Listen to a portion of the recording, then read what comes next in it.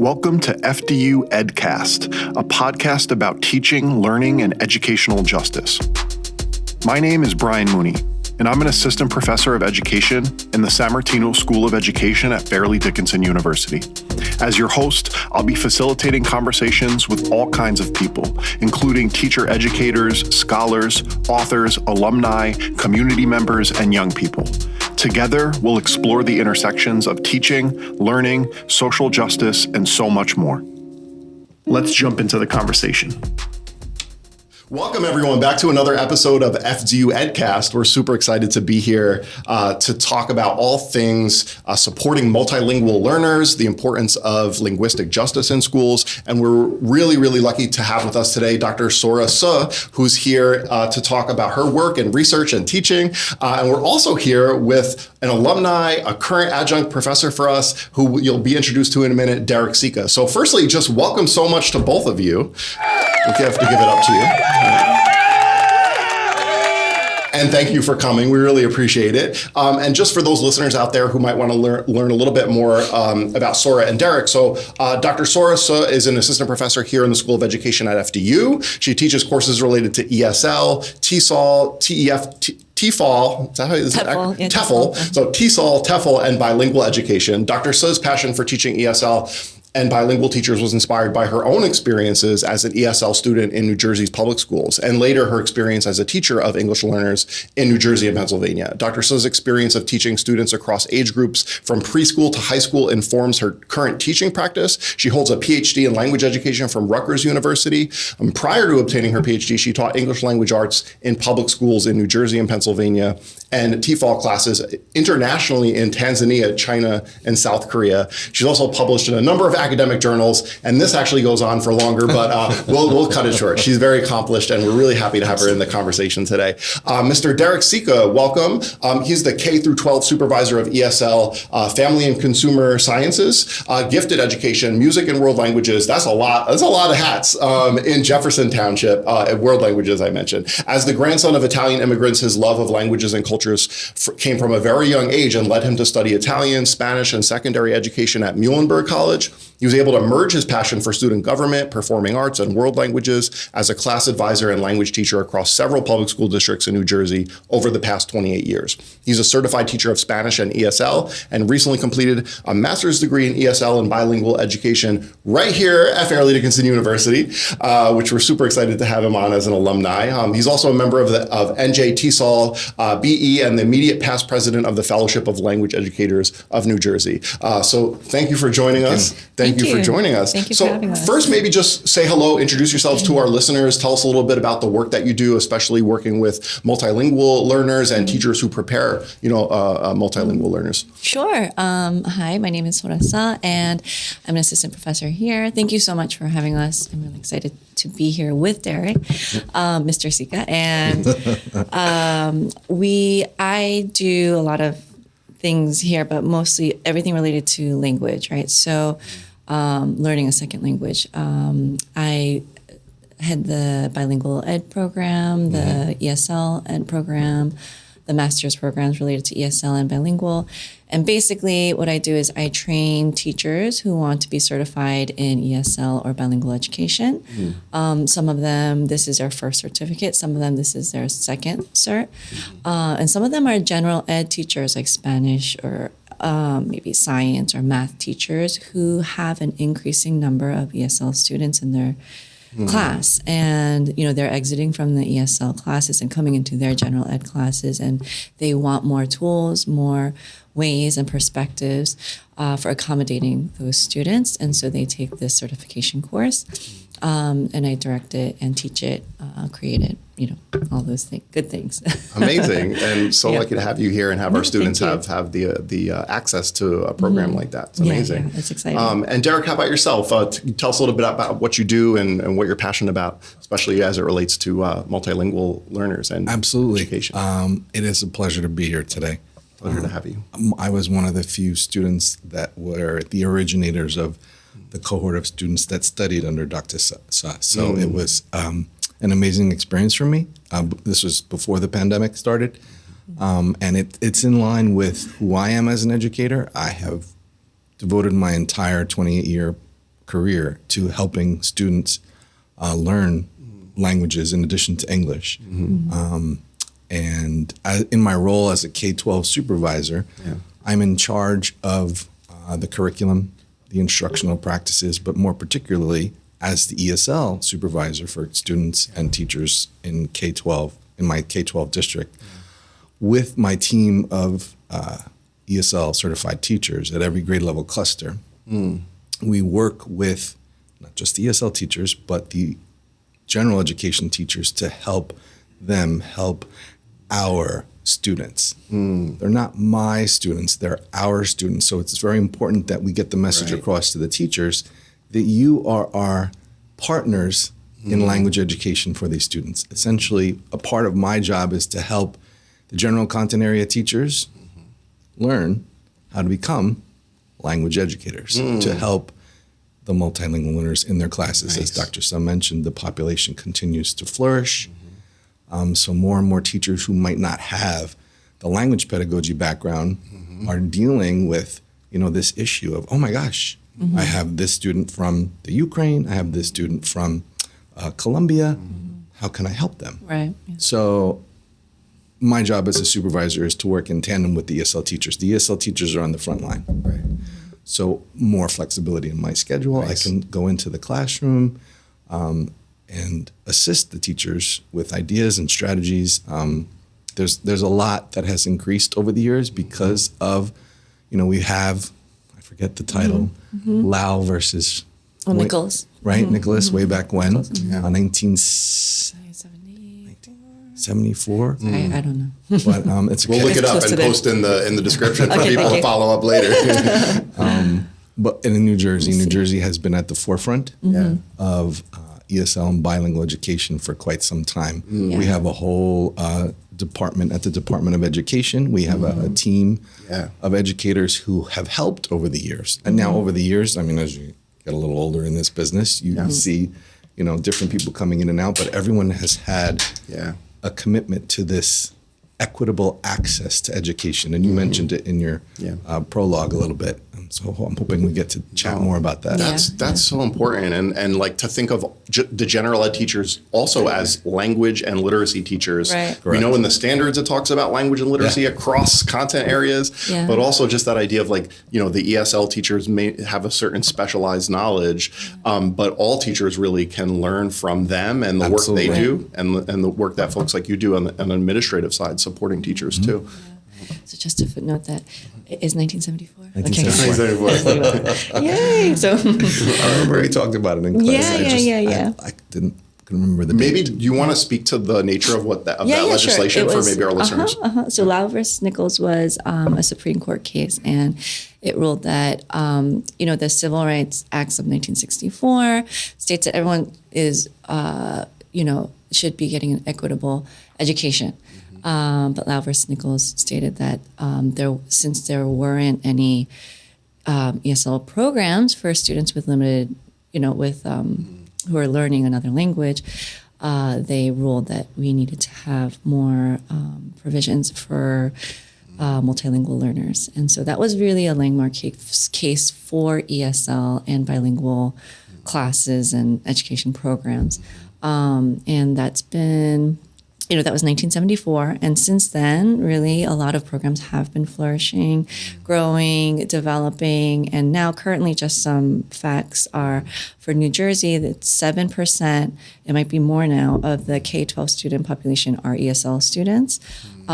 So maybe like it might even be closer to 10% now. So 1 in every 10 students, right? And it's just hitting me that legislation was, I guess would be 50 years ago. Yeah. Right? Yeah. And so on one hand, it's like certainly we've made some real gains with policies and, even the individual pedagogies of teachers and how we think about linguistic diversity and justice. But it also feels like there's so far to go too. Yeah, like it almost is like 50 years. Like I wonder how you both see that in terms of like, where do we go from here with where because we know there still are inequities and sort of, resource gaps and whatnot, Yeah, it's so true. I think a lot has been done, definitely, but there's so much more to be done.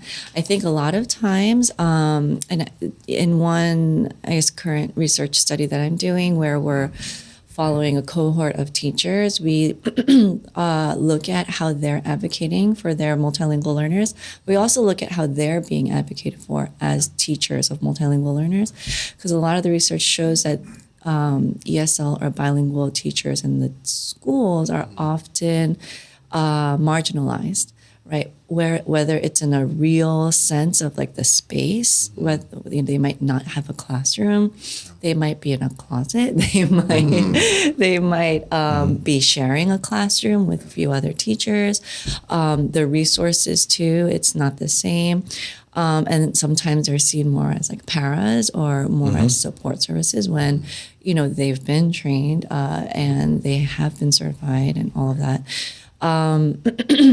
And that runs from the teacher all the way to the students, right? The marginalization. So looking at how to advocate for the teachers and the students is a big part of my research. But that's amazing. Yeah. And we can link to some resource, whether it's recent research that you've done that's out, we can link for folks who are interested in learning about that, because it sounds fascinating. Yeah, definitely. Like the piece in the Journal of Teacher Ed that looks at how teachers collaborated to advocate for their students, and how a lot of times when it was one teacher doing it solo, it wasn't as effective. But when teachers collaborate to advocate for their students or multilingual students, it's a lot more effective and long-lasting. So, and I'm sure you, Derek, as an administrator, could see that as well. And when there's administrative support, like it's a lot more powerful. Yeah. But then another part of it was how they collaborated with families. So not just within the school, and that's like another topic maybe we can broach in we a can couple of circle minutes, back to that for sure, because that feels especially important, right? That like, this isn't just work that happens in teacher education programs or in central offices, but like it really to be community responsive, means to engage with families and all the different kinds of community cultural wealth that are in communities. But Derek, I want to see if you want to respond to Professora here and see if there is anything. That's what he used to call me. From your experience as an admin, just like, what are you seeing? Where do you think we need to go in terms of, better serving, children who speak many dialects and languages today in our schools? You mentioned it earlier, the idea of the shift. I have witnessed and experienced the shift depending upon which school district in which I have worked. The importance of an advocate and allies is key to moving forward in a positive direction to help not just the multilingual learners, but the teachers that are assigned multilingual learners in their classrooms. Yeah. So different school districts, because in New Jersey we have what's called local control. Each local education association or public school district has an organizational structure. So in some school districts, there isn't necessarily an ESL supervisor. Sometimes there is a supervisor who is assigned ESL, who has some for other things or something. Lots of other things. Even it can be just a simple director of curriculum because it's a smaller school district. So there are scaffolds and supports that we use this term a lot in multilingual learner world that exist in different public schools to help, but also within the broader community of New Jersey as a whole.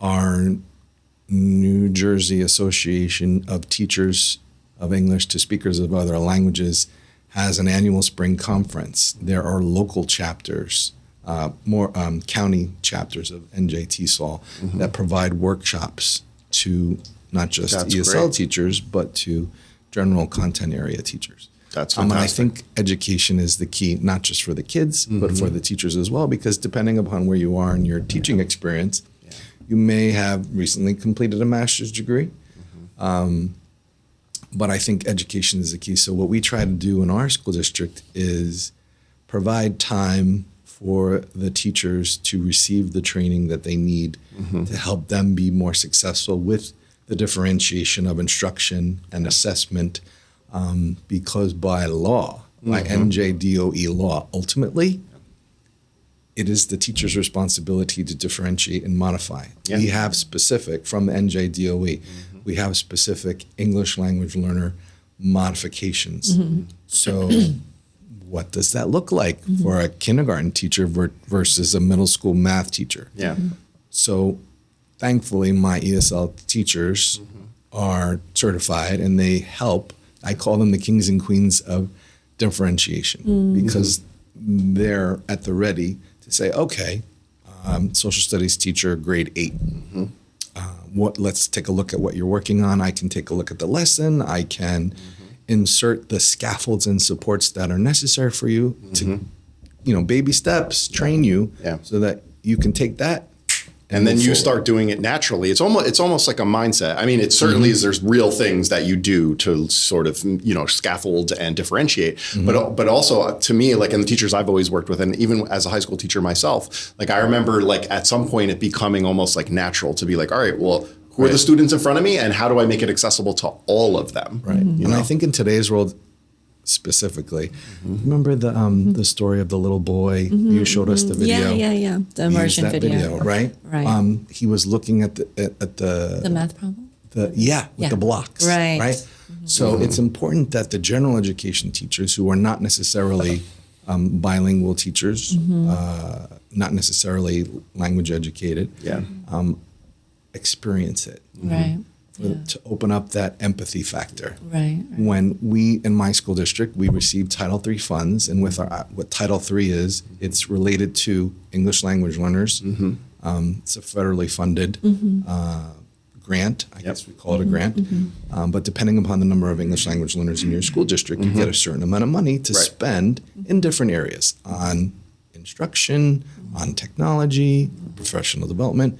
So what we decided to do was to pay the general education teachers to do what is called sheltered English instruction. Yep. Am I allowed to say the other term for it? That's branded. Whatever you want. Sheltered English Observation Protocol is branded by Pearson. That's the PSYOP, right? Yeah, that's the PSYOP. Right. They might copyright us out. They'll bleep it. So that's a sheltered instruction is the approach, sort of the generic term, and there's a sheltered English instruction, and then the PSYOP is the brand of what company is it tied to? Yeah. Is it a Pearson? I think so. We don't say their name on this podcast. So there is, in conjunction with two legendary ladies of our world, Barbara Tedesco and Barbara Jean Franks, Gwendolyn Barbara Jean Franks, with Stockton University, they created this accessible platform where you have 15 hours of free professional development in sheltered English instruction. And Barbara Tedesco and Dr. Franks have been in the business for years. Allies, advocates, they're best friends from working together, I believe, in Rochelle Park. I could be wrong. But when you experience those modules, we just completed the first set of teachers at the middle school. We did this last year at our middle school. And the teachers came up to me and they're like, Derek, I wish I saw this at the beginning there. I said, it's okay. You're learning. You're learning and you're experiencing it and you're seeing that it's okay, because a lot of times teachers are rule followers. So what I try to do in my role, and the teachers as well, is to just basically open their eyes to these are the tools in your toolkit.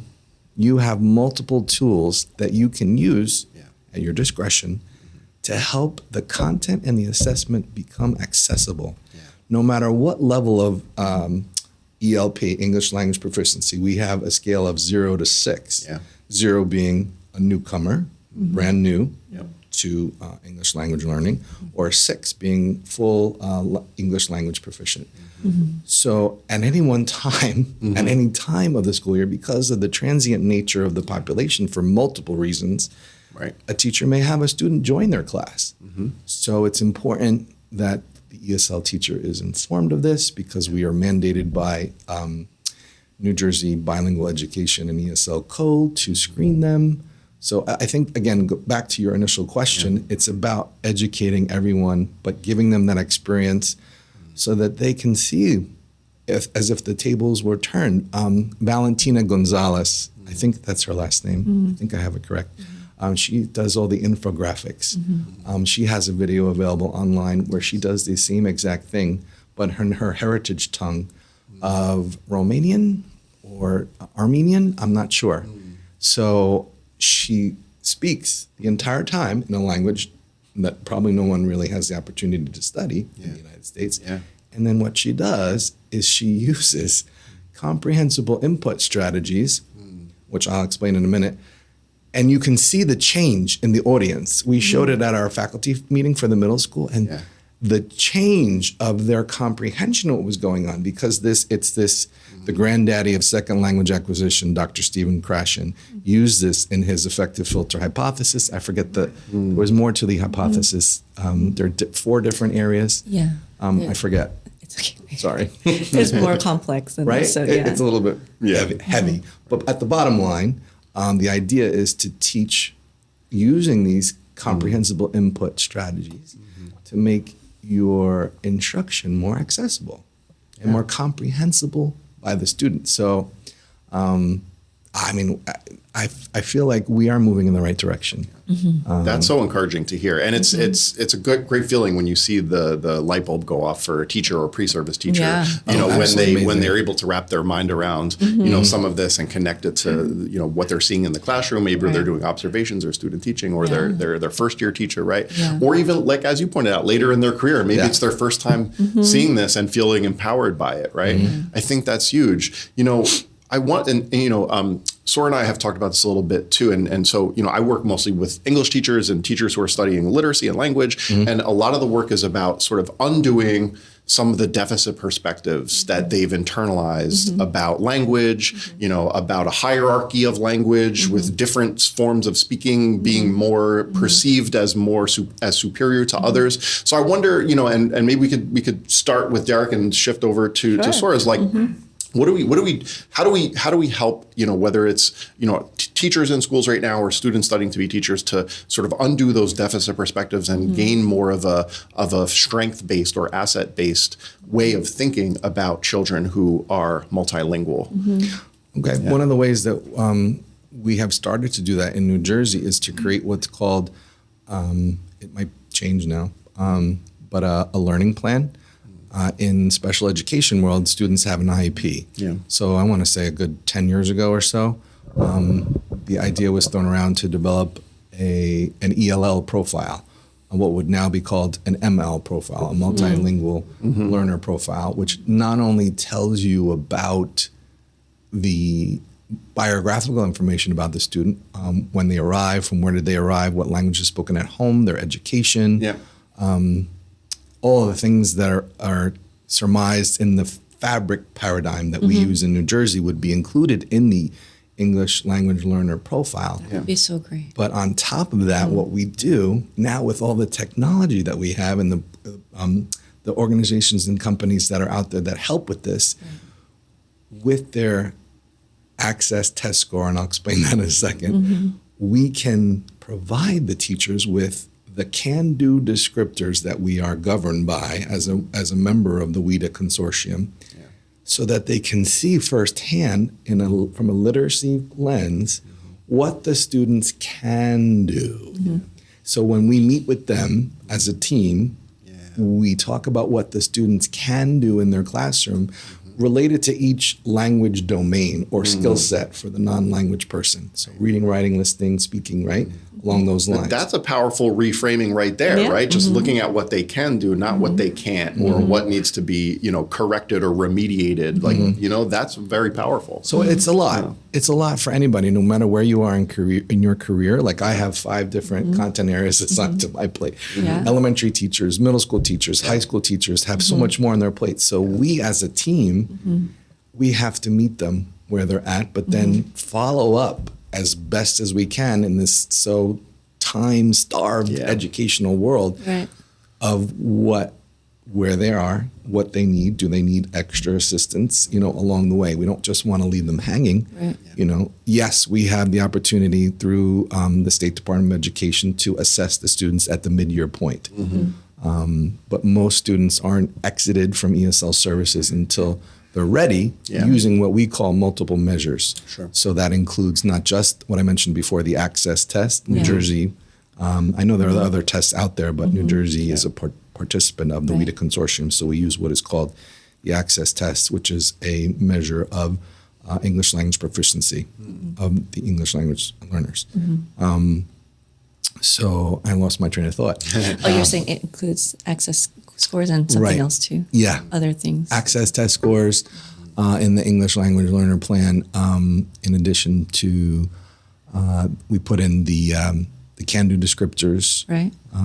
But then we also glean teacher input, general education teacher input on what their progress has been, what they struggle with. Yeah. Because according to the State Department, you must have a committee. Yeah. And it's not just one person anymore. So a committee comprised of 2 or more people to determine, to take a look at all this data and decide, is this student ready? You mean to exit ESL? Yeah. It's tricky. Yeah. But WIDA has a number of resources too, right? That we can post to that for listeners who might want to follow up and learn more and read. Yeah. Actually, can I ask him about? Please, do you know when this was? So I was actually in a conversation with a cohort of teachers, and a lot of them are gen ed teachers, and they were having some difficulty because some of their students who are exiting ESL and coming into the gen ed classes, all they have access to is their access scores, right? But then not a lot of qualitative data, right, about the student, like a profile, like qualitative notes. So a learning plan, something like this, would be super, So we created it as a district, but we also use a So this is platform. just your district? Most school districts that have an ESL supervisor, ESL specific supervisor with second language acquisition, knowledge and experience have this in place. Okay. The majority of ELL or ML supervisors that belong to NJPSA, we have a multilingual leader committee. So it's MLL committee through NJPSA, and we are constantly helping each other. So people will share. So we're trying, again, to advance and get out to the school districts that don't necessarily have second language pedagogues. But most people who have an ESL supervisor have this ELL learning plan in place. But on top of that, I don't know if I'm allowed to say, there are other companies that have products that assist in this regard. Sure. So am I allowed to mention that? There's no rules on here. So we use different products. Ask for forgiveness later. We use different products for different things related to access test prep. But we have, my team really enjoys using the platform called Elevation. Right, I've heard of that one, Professor, it's amazing. It's so helpful to get good feedback from schools and like people who are actually using some of these things to enhance the work. It's one of the benefits of the internet and video conferencing and communicating via Zoom. These are things that I didn't create. In this community of advocates and allies, we are constantly helping each other. It's quite amazing. So I presented with my colleague, Dr. Jennifer Nuck, on ELL strategies for content area teachers and the inquiry-based model that she participated in and actually led as a part of her dissertation in our school district several years ago. And that's a piece of it is as you mentioned, really getting more people in your K-12 setting on board and educating them and having those allies with you. I know where I work, I have allies. And they understand this asset-based approach. And as best as we can, we educate them together. That's huge. And I think for, students who might be listening or anyone really is like, when you go out into a school district, you really do have to like find your people and find even if it's a small network of people that are advocates, right, who really care about kids and doing right by them. And I also hear you, Derek, talking about like community, like the importance of being part of a professional learning community and network, and resources. And I don't just mean tangible ones, but also ones that are out in the community, which kind of is a perfect segue for me to ask you, Sora, about some of your recent research on family language policies, right? And, as I was reading, I was thinking, man, this is so interesting because sometimes we don't think about all of the richness of resources and assets that are in a community that we can draw from and bridge that divide between the school building and the community, right? So I wonder if you could tell us a little bit about that work and what you found specifically with Korean-speaking students and families, their communities, religious groups even, in terms of the linguistic resources that they offer? Sure.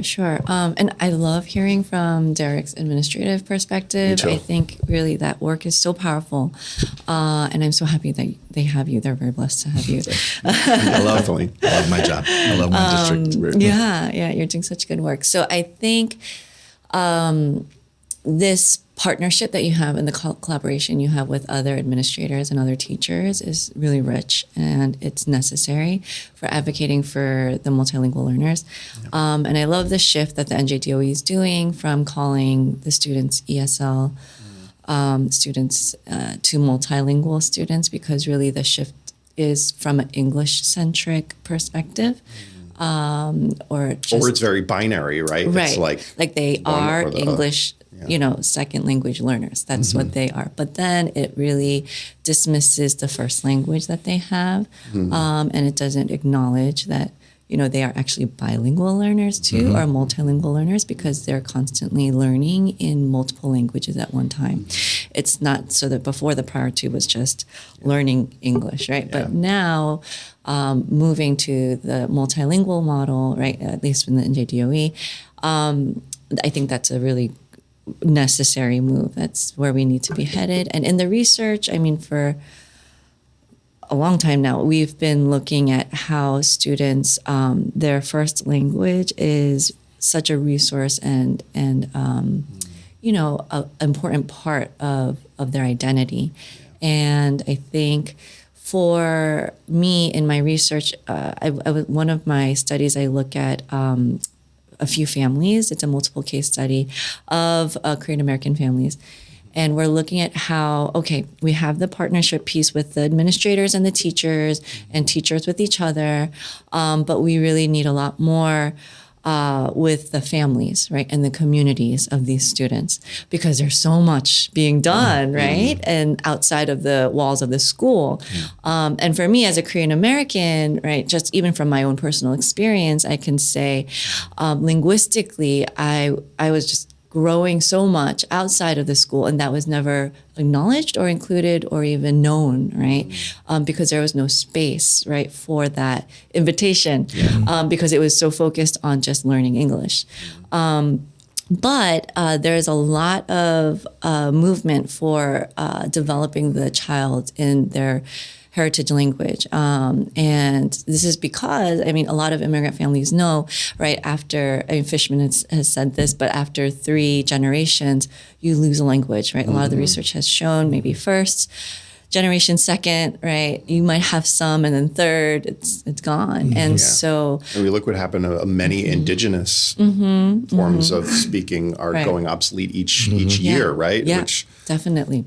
Right. And so, even for me, I guess my dad came here when he was 14. So I'm kind of like 2.5, I don't know, second generation. Right. And my children are third, and it's a battle. Sending them to Korean language school is a battle. It's a marathon, my friends. It's a marathon. I have several friends who have kids at different stages of their childhood. Yeah. And one of my friends who I value immensely, she said exactly that while she's on the tail end of her 2 boys, it's been a marathon. Yeah, it is definitely a marathon. It's like a never-ending marathon. To infuse that bilingualism in them, knowing the positives, all of the research-based benefits. Yeah. But what she's also talking about here is the importance of culture, because language and culture are intertwined.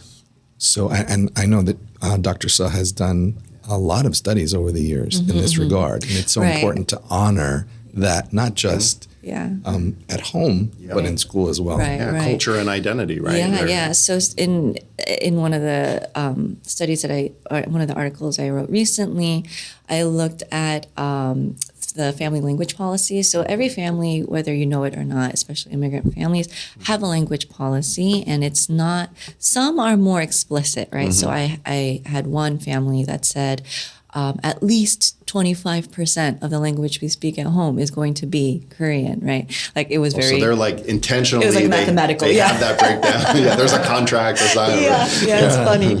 And then some families, it's more fluid, where it's more like, we'll speak both at home, but we'll maybe do this more at the dinner table, or we'll do this more, at bedtime routines, or it's it's a little more, open, and some. It's also more community-based, where they'll say, okay, we're going to make sure, because it's not just language and culture, but for a lot of immigrant families, it's relationships. Like, can your child still speak to your mother, right? Can your child still communicate with their parents, your parents and their parents, and what is lost, right, when they cannot? And questions like that, it's very important. So some policies that families have is, we'll make sure that the grandparent is involved in the communication, or we'll have heritage language schools, that will be included in this. And for the parent, it's not really...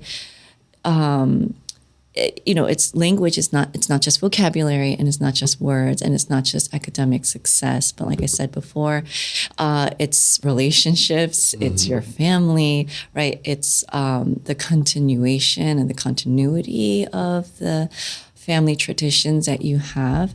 And so one of my case studies, the mother, she shared this in an interview, and this is in a published article, so I can share it here. Yeah, great.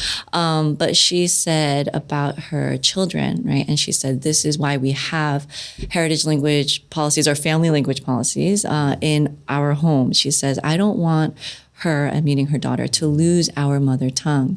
I think that's important for me, because then it's tied with our identity. I don't want her to lose that. It's important because there are just some expressions in Korean that you can't express in English, not just conversationally, but also poetically. Korean's so poetic.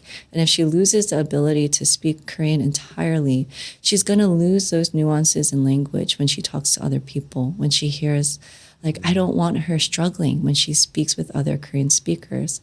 Like, she's only, like, when someone translates, you can only translate the bare minimum.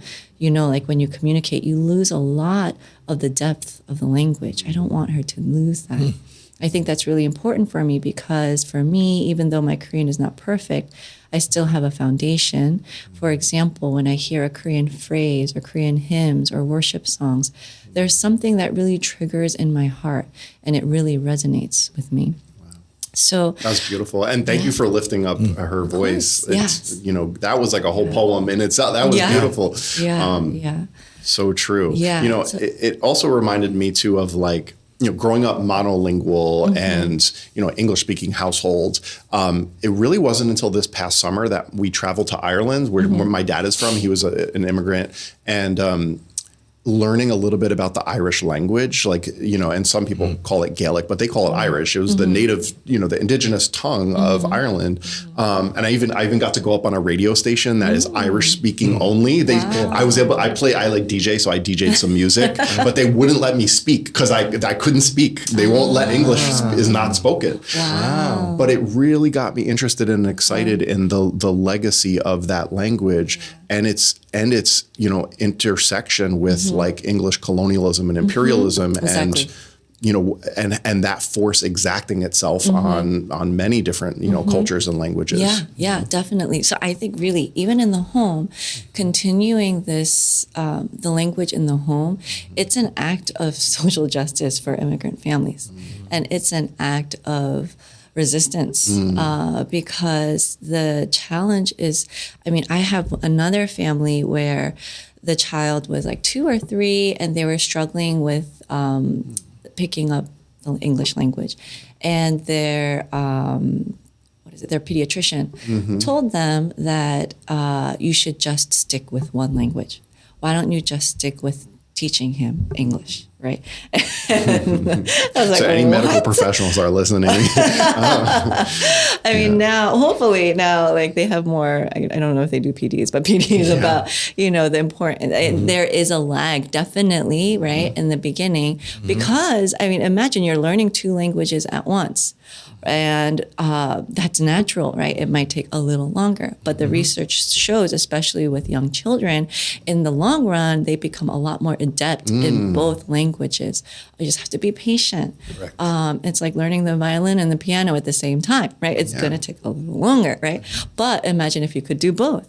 It's going to be a lot. It's pretty amazing. Better. For whatever reason, outside of New Jersey, right now we're seeing within New Jersey a slight surge, in the creation and design of dual language instruction programs. I believe Leonia may have had one in place for many years. West Windsor Plainsboro has one where the students are instructed in two languages, English and another, whether it's Mandarin or Spanish. And this is exactly the point that Dr. Sa is making, is that it's possible. You have to be patient with them and provide as much of the comprehensible input strategies that you can muster to help them with that comprehensibility factor. No matter whether it's math, science, social studies, so that you can, there are different models that are out there. It's very popular out west. Yeah. And I think even with dual language programs, it'd be great if we had more in New Jersey. But, back to your point before, Brian, with language and power, I think one thing with dual language programs is also the angle, right, that's taken in the dual language programs, right? Who is it benefiting? I think that's always something that needs to be considered, right?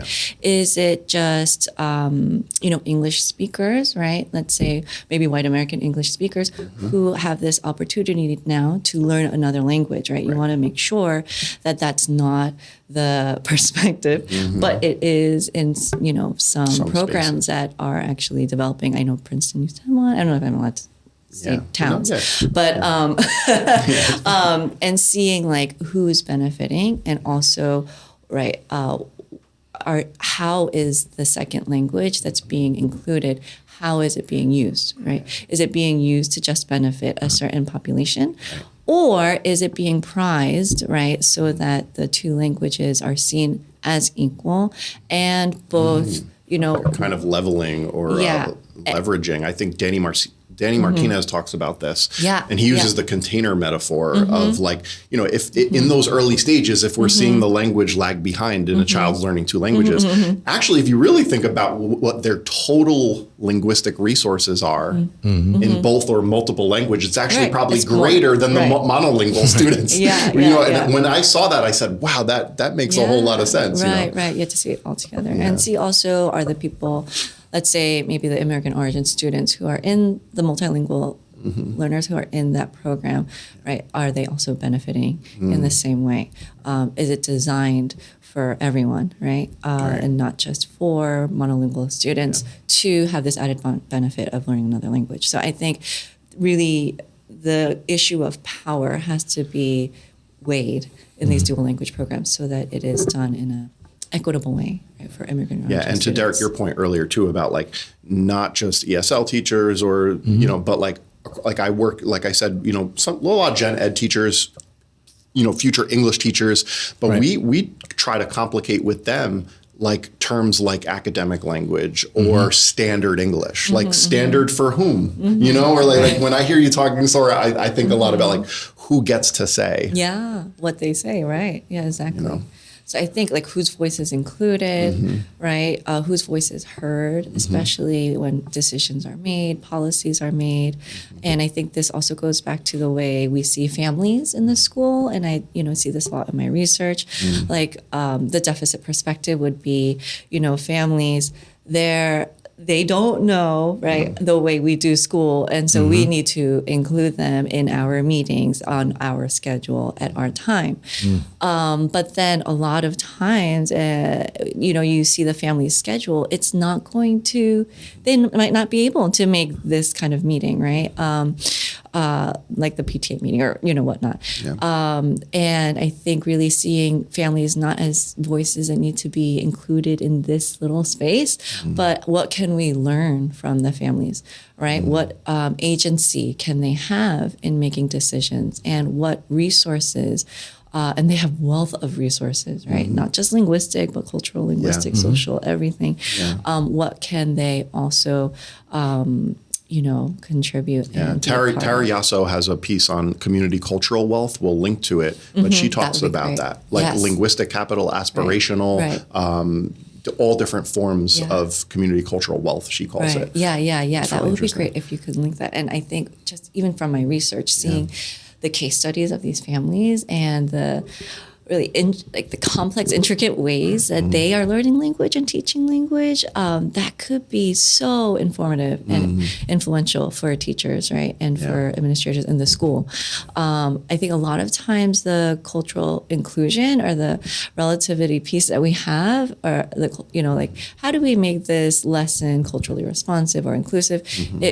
It could go so much more, right? Yeah. Like not just change the names or the flags, right? But then what could they, what living everyday practices of these homes and these families and linguistic practices can they actually show us and teach us? And I think when you do that, the classroom space looks radically different. Oh, yeah. And it almost transcends beyond the four walls of the classroom, where you start having ancestors come in to teach us in multiple languages. Right. It just is a different way of thinking about who holds the knowledge and the power and and is capable of teaching. Yes. But Derek, I wanted to ask you in your role in schools and even as an administrator, we're talking a lot about family engagement. And so I wondered what you have seen and what has worked in terms of really engaging in authentic ways with families, especially who maybe speak different languages or just arrived here. And I'd love to hear your perspective on that.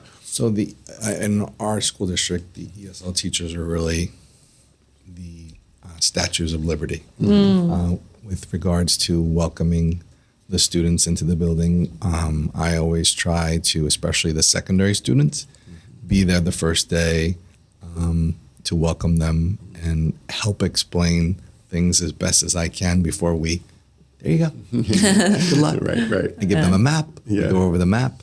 But it's a challenge, we try to buddy them up as much as possible. But with regards to the families and really celebrating the different cultural traditions at different grade level clusters, there are different strategies that the principals and the teachers will use to honor the families within their community. It really depends on the makeup of the different local education organizations. You'll see, what I want to say, an international night of sorts, where it might be for everyone to bring a dish. Yep. There's a fashion show. Right, or I've seen multicultural days in school districts where I've worked as well. Correct. In New Jersey for years now, it's usually the first full week of March where we celebrate all world languages. So it's usually through different organizations that you'll find resources for you as a teacher to celebrate these cultural traditions.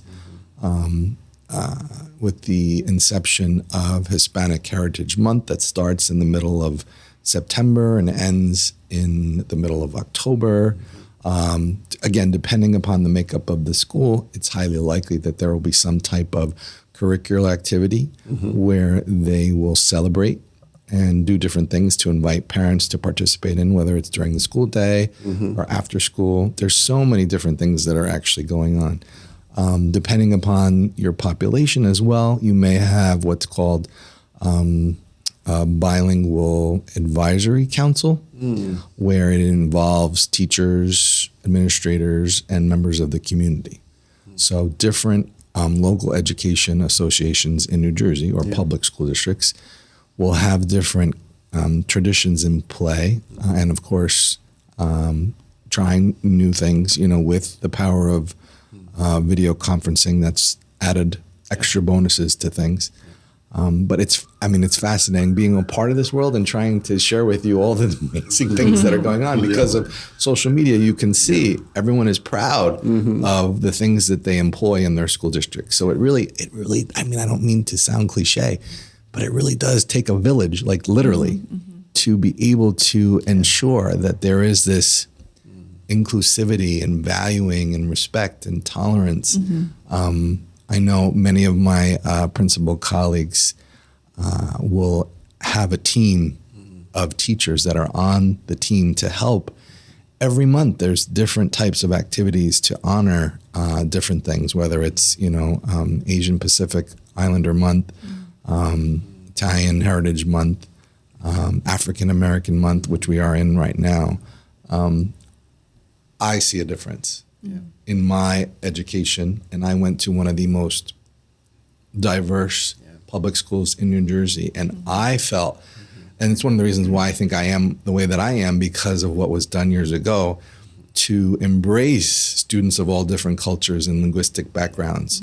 But I can honestly say that I think we are moving in the right direction in New Jersey. Oh, it's exciting. But it's a testament to, not just the educators, but as you mentioned, the families. We are at, I want to say, close to 100,000 English language learners that are, classified multilingual learners in New Jersey, and the population continues to surge. But I don't know. I feel like we're making positive progress. Yes, is there always room for advancement? Yeah. Absolutely. Right. And what I hear you partly describing is you're sort of re-envisioning the school as a community space, right? That feels welcoming to families. Because sometimes I forget, and I have to remind myself that, like, not all cultures have felt welcomed in schools. They've actually been hostile places historically for certain groups of people, right? Particularly people of color in many ways. And then when you factor in the language part too, like it's this very English speaking monolingual, I can't say anything wrong, or I'll be, so like, what do we do to, sort of remix the school as a place of radical welcoming? I think about that often. And I hear the pride that you're talking about in the work that you've done. And it makes me happy to know that schools are really committed to creating space like that. Yeah, and I love hearing about everything that your school is doing. Me too. I wish, it's pretty amazing. It's amazing, really. Right? Yeah, I think really the teachers. I just want to lift up all the ESL teachers too. I think, and this is something I don't know if we did it in our class. I think we did. There's a. I'm doing it with my teachers every year, but looking at the funds of knowledge of each student. That's like, is it Malsh from like 1992, right? Lewis Moll, Lewis so Moll, he has, he actually has, it's like a team of people, he's co-authored. We'll cite them in the description. Gonzalez, Moll, But they made like this really nifty worksheet kind of, and it's a great worksheet because a lot of times when we ask, the ESL or bilingual teachers in our schools, when they ask and even general ed teachers, the students about, their linguistic practices, it's very, like what language you speak, what country are you from, how long have you been here, what are some major holidays or things like that. But then this worksheet actually goes into their everyday practices and really pushing away from more of like a symbolic, kind of just token like way of seeing our students and looking at their everyday living practices. And I could send you a link to this. That would be great. Like, that sounds awesome. What languages do your parents speak? Who do you speak it with? Like, what chores do you have? Because I remember even for me as a Korean American growing up, sometimes they would be like, oh, this, we're learning about Chuseok. Can you tell us about this? Oh yeah, you're like the one person in the class. You're like, well, you speak for all Koreans, or this child speaks for every Latinx person in the world. It's like, no, that's actually harmful to do that to Please, someone. No. Because I don't know, it's not like I know about it, but it's not the living practice in my home. I know. Or we assume that a student who appears a certain way speaks a language, which is not always the case either, right? Right. So I think actually asking, what are the everyday living practices of your home, and what are the, the legacies that you have? I love that. I think that's a really nice way to enter into it. And I think a lot of the ESL teachers I've worked with, like Derek, and he's an administrator, but and like a lot of the other teachers, they enter it through the student. And I think I really want to lift up all the ESL teachers because they are heroes. And I remember when I first entered, I guess, the U.S. public school system. So I was born in California, but then I went to Korea for like 2-3 years, and then I came back. And so my first language was Korean, and I didn't know any English language, anything, any English words or anything.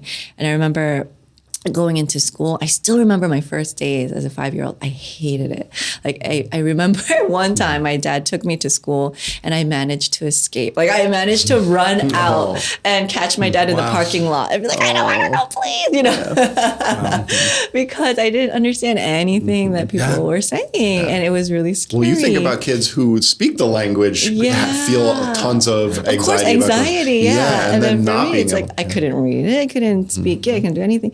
But I remember my ESL teacher, my first year, and she really was my haven in the school.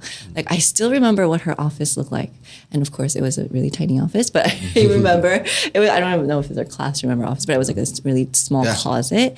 I remember where her desk was. I remember where the door was, the window. I remember sitting at the desk with her, and there weren't a lot of, ESL students at that time. And so it was one-on-one. I still remember like the puffy stickers that she used when we were doing lessons. And she, I can say, really transformed my life. It's amazing, because of her, I continued wanting to go to school. Like it went from, no, I hate school, I don't want to go, to like, oh, those puffy stickers she used, like, oh, those so times with her. And she was really like my sanctuary in that school. And so I want to lift up all the ESL teachers that doing and the administrators who are doing the like life-saving work they are doing. For every multilingual learner, like I'm sure that each one has a teacher, like has a story about an ESL teacher that saved them, that like really, made it for them, because they are like the bridge, for a lot of these students. 100%. So students don't care how much you know until they know how much you care, right? So she's hit the nail on the head. I was going to be like, snap. It's so true. But I have seen in my own professional career the same thing, that advocacy, that Statue of Liberty, bridge builders, as you mentioned, when you go into a general education classroom and you follow the English language learners for the day, you see the transformation. I have seen this firsthand, where they're sitting in the back of the room or in the corner. They're not necessarily participating because their affective filter has gone down, because they are surrounded by heritage English language learners. But when you watch them enter the ESL classroom, it changes. They're asking questions. And again, it's a testament to that teacher of ESL who is aware of that affective filter and does everything he or she can to make that instruction accessible. And just honoring their full humanity, right? Correct. When I hear you describe them in the back of the room in some of those other classrooms, they're almost disconnecting from themselves and their humanity as a sort of coping, mechanism. And and so I've seen that in schools too, and in my work with teachers. It's not easy. In different school districts, there's different setups where you have a class of 10 versus a class of 30. So, like I said, it truly does take a team of people to help move us forward. Well, I know we're kind of coming up on time, and so maybe I'll roll these last two questions kind of into one. And then it really was about a message that you would like to share out to, whether that's a student who might be listening right now, or a teacher, or a student who's studying to become a teacher. The questions I was thinking of is, firstly, kind of what does linguistic justice look like for you in schools today? We kind of covered some of that too. We talked a little bit about our visions and what we feel good about we're seeing in schools around New Jersey especially. But maybe what is your message to schools about how to best support multilingual learners? Like if there was one thing a teacher who is listening could take away and implement tomorrow, even if it's a change of mind about something, what would that message be? I think I'm drawing from the research that I'm doing with a cohort in Central Jersey, and from my own experience as a teacher and as a teacher educator. I think keyword really for me is collaboration. And this is just across the board, not just teacher to teacher and teacher to admin, but especially with teacher to community and parents.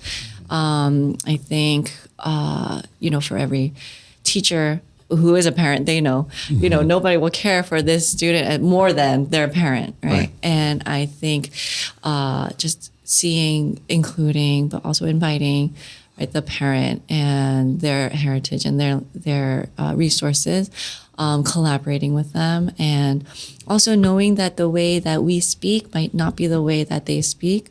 These parents, especially I know from Korea and also many other countries, and research has shown this to be true, that a lot of times they won't reach out to the teacher as much because we trust the teacher. We trust that they're doing a good job and that they are, that their best interest is for the student. And that might be the reason for the lack of communication. It's not that they don't care, it's that they trust the teachers, right? And that's like a big perspective shift. And I know like Wenko Figueroa, one of my mentors, like she does a lot of work on this, where she looks at how, the families, they trust the school, the teacher, and that's why, right? They might not call as much, right, as other parents, but really collaborating with the family and asking them, in a way that is family centric, according to their schedule. Like, how can we include and invite and honor, right, your family and your heritage, not just in a token way, but like really in a living, everyday way. So I think collaborating, that's the biggest thing for multilingual learners. Nice, nicely said. And this is a message for any teacher. I would say to them, don't hesitate to seek out the resources that are at your very fingertips. Yeah. It's very easy to close your door and isolate yourself. I work in one of the most altruistic school districts in New Jersey, where teachers, my colleagues, are so willing to help and are so talented in so many different ways. But beyond instructional, like going even further to volunteering and charitable events that are organized by teachers in the organization. So along the same lines as Dr. Suh is suggesting, that idea of teamwork, and I go back to the cliche phrase, it takes a village. You have resources at your fingertips in your assigned school building. Don't be afraid to go to your teacher colleagues, because there are some people, some of the most creative and talented people that have diverse backgrounds from their own education experience, hopefully in tandem with the language specific teacher with their talent, their skill set. You can work together as a team to help not just the students, but you become a better teacher. So it's important to not be shy. And there's no question, there's no question that's silly. Yeah. You really want to be able to build those bridges for yourself too, so you can better impact the students that you work with. So beautifully said. And now those professional networks extend beyond this with social media, like Twitter or X that they call now. I was part of a Tuesday night chat, for years, where I would leave it feeling like I just went to professional development and I got a number of resources and a Google Doc where we're all collaborating. So we would just encourage our listeners too to like even think outside with the technology or a conference that you go to, find your people and get connected. Yeah. And I just want to thank Derek and all the administrators and supervisors who work with. Shout out to all our ESL teachers listening. And we want to thank Derek and Sora for coming on. We really, really appreciate you being here. We'll follow up for our listeners in the description. Awesome. So thank you guys so much. Thank you so much. And thanks for joining us for another episode of FDU Edcast. And that concludes this episode of FDU Edcast. We hope you enjoyed it. If you liked this episode, please leave a review on Apple Podcasts and subscribe. We might even select your review to read during our next episode and give away a free book from one of our guests. Tune in to find out, and keep an eye out for upcoming episodes on our social media, the web, and anywhere you listen to podcasts. You can follow the FDU School of Education on Instagram at FDU_SOE. FDU Edcast is recorded on-site at Fairleigh Dickinson University and globally on the web. The show is executive produced by Alan Debren, Director of Instructional Technology Development, with support from faculty, staff, and students at the FDU School of Ed.